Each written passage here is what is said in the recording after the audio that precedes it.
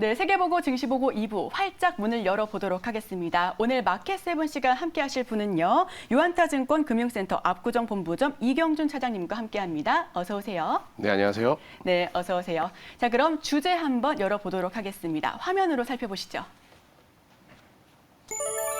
네, 대통령직 인수위원회가 오늘 현대기아차 기술연구소를 방문할 예정입니다. 미래 모빌리티 산업 종합연구시설 방문을 통해 전기차, 수소차 등 친환경 미래 교통수단 개발 현황을 점검할 계획인데요. 관련주 흐름 살펴보겠습니다. 네, 쌍용차 인수전에 참여 의사를 밝힌 기업들의 주가 흐름이 엇갈리고 있습니다. KG그룹은 지난 6일 인수전 참여 소식이 알려지면서 강세를 보였고요. 반면 쌍방울 주가는 크게 밀렸습니다. 마찬가지로 PI 첨단 소재 인수전에 롯데와 한화그룹을 포함한 10여 곳의 잠재 후보들이 뛰어들었습니다. 이에 인수합병 테마가 주도하고 있는 시장이 형성됐습니다. 마지막으로 주요 보험사들의 자동차 보험료가 다음 달부터 1%가량 인하될 예정입니다. 이에 그동안 금리 인상 수혜로 우상향을 그리던 손해보험주가 하방 압력을 받을 수밖에 없을 것으로 보여집니다. 저희는 이 중 두 가지 이슈 살펴보도록 하겠습니다. 네, 먼저 첫 번째 키워드 보여주시죠. 다시 친환경 자동차. 자, 다시 친환경 자동차. 네. 작년에 전기차, 수소차 시장 굉장히 컸는데요. 어쩔 수 없이 코로나 재확산 때문에 주춤했습니다. 지금 다시 올라올 기미가 보여지고 있나요? 일단은 고유가가 명확한 상황이 됐죠. 그렇기 때문에 결국은 친환경 자동차에 대한 수요는 더욱더 늘어날 수밖에 없다라는 좀 판단을 하고 있습니다. 특히나 이제 한국이 잘하는 제조업들, 반도체도 있고 자동차도 있고 특히나 이제 전기차 관련해서 전장 부품들은 한국이 잘할 수 있는 부분이기 때문에 차기 대통령 인수위원회 입장에서도 당연히 제조업을 육성할 수밖에 없고 또 글로벌 리더인 우리나라의 업체들을 또 더욱더 정책적인 지원할 수밖에 없는 상황인 것 같습니다. 다만 수소보다는 전기차 쪽이 좀 더 집중을 해야 될 것 같고요. 이유는 지금은 금리가 인상하는 시기입니다. 또 더불어서 실적 시즌이 도래했기 때문에 수소 관련해서는 실적들이 조금 안 나올 수밖에 없는 상황이죠. 아직까지는 인프라나 이런 것들이 없기 때문에 그렇고요. 그렇기 때문에 전기차 관련해서 좀 살펴보는 것들이 맞다라는 생각을 하고 있고 또 테슬라 같은 경우에도 아시겠지만은 YOY 기준에서 전년 동기 대비해서 1분기 한 62% 판매량이 상승하면서 31만 대를 팔았고요. 또 전일 장 끝나고 나서 LG에너지솔도 실적 발표를 했었습니다만 예상치보다 훨씬 더 잘 나오는 모습을 보였습니다. 그래서 결과적으로 관련된 회사들과 또 관련된 벤더들이라고 표현을 하는데 주요 이제 소재 업체들 또 주요 장비 업체들을 보시는 게 좋다라는 생각을 하고 있습니다. 네, 주요한 소재 업체들, 장비 업체들 한번 살펴보자라는 의견을 주셨고요. 아무래도 수소차보다는 전기차를 조금 더 주목해 보실 필요가 있어 보입니다. 자, 그럼 작년에 바이든 취임 이후에 외국인의 순매수세가 굉장히 거셌습니다. 네. 그 덕분에 탄소 중립 관련주도 굉장히 뛰었고 친환경 우리 국내 뉴딜도 또 한 번 굉장히 큰 폭으로 순환매가 돌아줬는데요. 네. 그런데 지금 외국인의 매수세가 사실 쉽지만은 않은 많죠. 시장 상황입니다. 네, 맞습니다. 네. 그래서 어제 기관 투자 매수세를 보다 보니 현대 그리고 기아 관련해서 글로리스, 차 관련된 종목들이 대체적으로 상승을 했더라고요. 지금은 오늘은 어떤 종목을 조금 더 주목해 볼 필요가 있을까요? 지금 환율이나 여러 가지 대외 환경을 감안했을 때 외국인이 사기는 어려운 시장인 것 같아요. 그리고 개인들의 투자 여력도 많지 않습니다. 그렇기 때문에 기관이 주도하는 업종들과 종목들에서 수익을 내셔야 되는 부분이기 때문에 종목들 선택하실 때 감안하시면 될 것 같고요. 친환경이나 탄소 중립, 대체 에너지 테마는 러시아 우크라이나 전쟁도 마찬가지고 글로벌한 이제 트렌드로 더욱더 가속화될 수밖에 없다라고 좀 말씀을 드리고 있고요. 다만 완성차 같은 경우에는 좀 고민되는 부분이 있어요. 그러니까 즉 올해가 저점인 건 맞는 것 같아요. 그런데 언제가 저점일까에 대해서는 상반기일지 하반기일지 아직은 좀 더 판단과 여러 가지 고민들을 해봐야 되는 시점이 아닌가 생각을 하고 있기 때문에 서두에서 말씀드렸지만 전기차 쪽에서 주요 소재 업체들이 국내들이 이제 글로벌한 탑티어 업체들이 있거든요. 가령 LNF나 에코프로, BM 또 장비 단에서도 TSI 같은 회사들이 LG에너지솔루션 관련해서도 그렇고 굉장히 수혜가 될 수 있다는 생각을 하고 있고 또 외국인들의 관심을 받을 수 있다는 생각을 하고 있고요. LNF 같은 경우도 올해에는 실적이 굉장히 좋아질 걸로 예상을 하고 있습니다. 본격적인 실적 성장이 나타날 소재 업체 중에 하나고 에코프로 PM도 전일 보시게 되면 이제 무증 관련해서 300% 발표를 했고 이전일이죠. 네. 그래서 그런 부분들 때문에 주가의 상승 여력 또 실적적인 부분 굉장히 좋을 거라 생각을 하고 있고 장비들도 올해 본격적인 매출이 시작이 되고 수주 증가가 예상이 되기 때문에 관련해서 좀 같이 보시면 좋을 것 같습니다.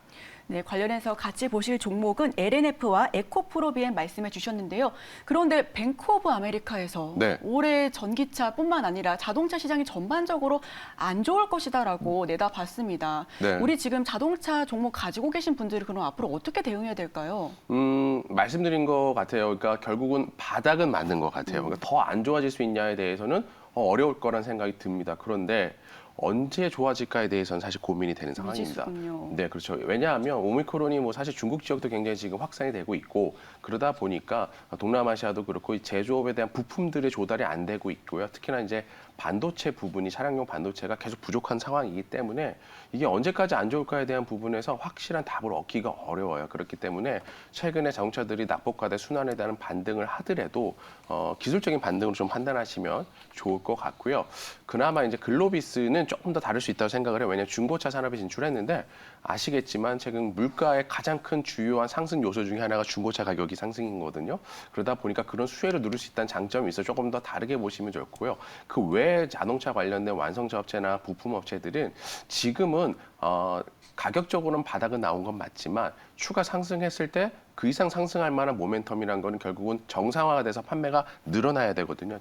즉 Q와 P라고 하는 부분이 모두 늘어나야 되는데 사실은 원재료는 올라고 Q는 늘어나지 않는 상황이다 보니까 철저하게 기술적인 수준 생각하셔서 현재 가지고 계신 분들은 추가 상승 시는 이익 실현하시는 고 다시 재매수 시점을 노리시는 전략이 유효하다는 판단을 하고 있습니다. 네, 전략까지 함께 말씀해 주셨는데요. 지금 시점이 바닥이다라는 거는 분명한 것 같습니다. 네. 그럼 지금부터 이제 바닥이니까 이제부터 점점 매수를 해서 네. 계속해서 가지고 갈 가치주로 글로비스 괜찮나요? 다만 주가가 조금 올라 있어요. 그쵸. 그래서 지금은 계속 말씀드리고 싶지만 올해는 계속적 금리를 올리고 돈이 줄어드는 시기이기 때문에 공략하시고 하자는 종목들은 최대한 좀 낮은 가격에서 좀 조정 주실 때 분할 매수하시는 전략, 어떤 종목이든 뭐 트레이딩을 하시던 아니면 투자를 하시던 그런 형태의 좀 전략을 취하시는 게 좋아 보입니다. 네, 지금 시장에서는 자동차 관련주 전략이 특별하게 필요해 보일 것 같습니다. 이런 말씀 정말 감사드리고요. 자, 그럼 이어서 바로 다음 주제 넘어가 보도록 하겠습니다. 다음 주제 키워드 보시죠. 네, 불붙은 인수 대처. 네, 지금 주도 섹터가요. 네. M&A 관련주로 그렇죠. 네, 테마가 네. 형성된 것 같아요. 이 양방으로 이거 아니면 이거밖에 없는 것 같습니다. 그렇죠. 시장이 명확하게 주도를 하고 있는 상황이 아니죠. 또 추가 상승하기에도 굉장히 제한적이고 좀 불안한 상황이지만 그렇다고 반대로 시장이 다시 전저점까지 하락하냐에 대해서도 그럴 만한 리스크는 아닌데라고 하는 상황들인 것 같아요. 그러다 보니까 정책 테마주, 그다음에 어떤 M&A 관련주들 그리고 또 개별 수급주들이 움직일 수밖에 없는 상황이다. 즉 명확한 주도주가 부재하기 때문에 이런 종목들이 각광을 받을 수밖에 없고요. 아무래도 쌍용차는 코스피 종목입니다. 그렇기 때문에 코스피 종목을 인수한다는 것 자체도 상당히 크게 부각될 수 있는 요소들이 있을 수 있을 거예요. 자본시장에서 봤을 때는 그렇고요. 쌍방울 그룹도 그룹의 변화가 좀 필요하고 그리고 이제 KG 그룹 같은 경우에는 M&A를 통해서 지속적으로 성장을 해온 그룹이라고 보시면 될 것 같거든요. 그래서 개인적으로는 좀 KG 그룹이 이익 창출 능력도 좋고 그래서 상당히 좀 강한 경쟁자로 좀 시장에서 부각이 되지 않았을까 생각을 하고 있습니다. 네, 그럼 우리 차장님께서는 쌍방울과 네. 우리 KG그룹 두 그룹 가운데서는 어떤 그룹이 승기를 잡을 수 있을까? 뭐 사실 어려운데요. 어렵지만 근거를 가지고 판단하자라고 하면 결국은 회사가 시너지가 날 수 있는 부분들이 있느냐. 그리고 현금 창출 능력이 우수하느냐, 그리고 인수를 했다고 회사가 또 휘청거릴 수 있는 정도면 안 되죠. 그래서 꾸준하게 영업이익이 나냐를 봤을 때 사실 KG그룹이 조금 더 우위에 있는 것 같긴 해요. 왜냐하면 동부 제철이나 그다음에 뭐 이니시스나 모빌리언스 또 ETS 같은 회사들이 이익을 다 매년 꾸준하게 많이 내고 있기 때문에 또 M&A를 통해서 여러 가지 회사들을 성공적으로 살렸고 또 그런 것들을 시장에 다시 되팔면서 회사를 키운 회사여서 그런 영향적인 걸 감안하면 뭐 객관적인 비교가 어렵겠지만 그래도 개인적으로는 좀 KG 그룹들이 조금 더 우수할 수 있지 않을까 생각을 하고 있는데요. 다만 테마와 이제 M&A주들 관련해서는 이거는 뭐 사서 가져가시는 전략보다는 시장이 불안전한 시기에서 트레이딩이 맞다라는 생각하고 있기 때문에 만약에 추가 반등한다라 그러면 일부 매도 치시는 것도 좋고요. 그리고 테마는 항상 강한 종목들로 압축이 되기 때문에 지금 KG그룹에서 가장 강한 종목으로 만약 가져가신다라면 유지하시는 게 좋지 않을까 생각이 되어집니다.